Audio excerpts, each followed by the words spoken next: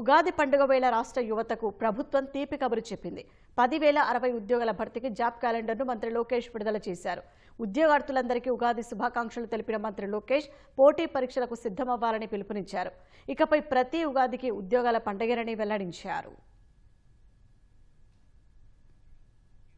ఉగాది పండుగను పురస్కరించుకుని మంత్రి లోకేష్ జాబ్ క్యాలెండర్ విడుదల చేశారు.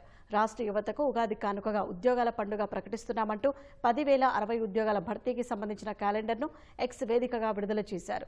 ఇక నుంచి ప్రతి ఉగాదికి జాబ్ క్యాలెండర్ విడుదల చేస్తామని ప్రకటించారు.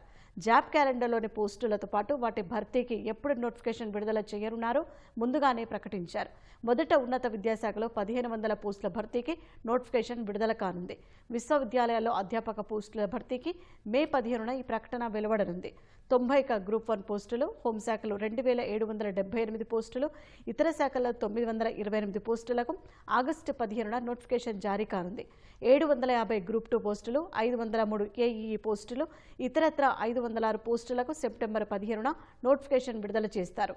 పాఠశాల ఇంటర్మీడియట్ విద్యకు చెందిన 3,004 పోస్టులకు అక్టోబర్ 15న నోటిఫికేషన్ జారీ కానుంది.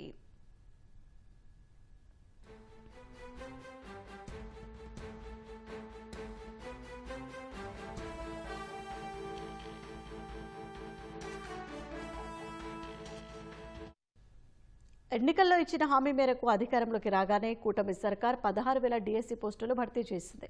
యువగలం పాదయాత్రలో ఇచ్చిన హామీ ప్రకారం జాబ్ క్యాలెండర్ విడుదల చేయడం పట్ల లోకేష్ సంతోషం వ్యక్తం చేశారు. నిర్దేశిత సమయంలోనే పరీక్షలు నిర్వహించి ప్రకటించిన అన్ని పోస్టులు భర్తీ చేస్తామని స్పష్టం చేశారు. సిలబస్ కూడా ముందుగానే ప్రకటిస్తామన్న లోకేష్ ఉద్యోగార్థులందరూ నైపుణ్యం పోర్టల్లో 1 టైం రిజిస్ట్రేషన్ చేసుకుని అలర్ట్స్ పొందవచ్చని సూచించారు. ఇక నిరుద్యోగులు పోటీ పరీక్షలకు సిద్ధం కావాలని పిలుపునిచ్చారు.